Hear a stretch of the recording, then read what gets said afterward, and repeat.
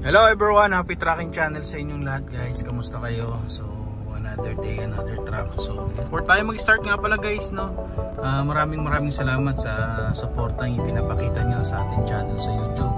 Sa mga nagsusubscribe dyan, sa mga nagpapahanap ng mga track nila, antabayanan nyo lang po. At meron po pala tayong Facebook page para sa mga request nyo. Kung makakapag-send ng picture, yan, PM lang po kayo sa ating channel sa Happy Tracking. So ayun lang guys, may papakita ko sa inyo mga truck dito.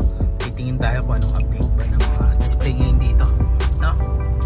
Sa mga matagal-tagal din nagpunta, ayan, alam kong makakatulong to sa inyo, no? Maghahanap kayo ng mga pan-surplus na truck. Hello everyone, happy tracking channel sa inyo lahat guys. Meron nga pala dito ang Porsche G1, no? Na inline guys, na ready to pull out, napakaangas, ang ganda, no? Ready to pull out na to guys, Porsche G1 na inline. 6 stud ba? Hindi, 5 stud lang siya guys. Pero fully recon na yan. Yun, ito kanyang loob, ayan. Manual transmission, high roof type siya, no? Ibig sabihin, mataas yung ganito, ayan. Kulang pa sa detailing to, no? Konting linis na lang to. Ayan, ito kanyang loob, naka-upholstery na rin. Yan, tanong natin kung magkano to. So kadalasan mga ganito sa kanila baka umabot na ng mga 950 or 1 million.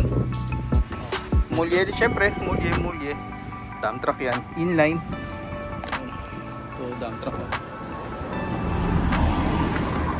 pinturado na rin.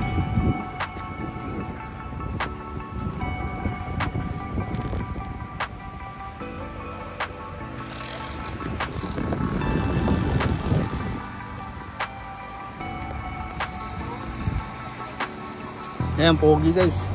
So ayun, happy tracking channel everyone. Thank you, bye bye and God bless.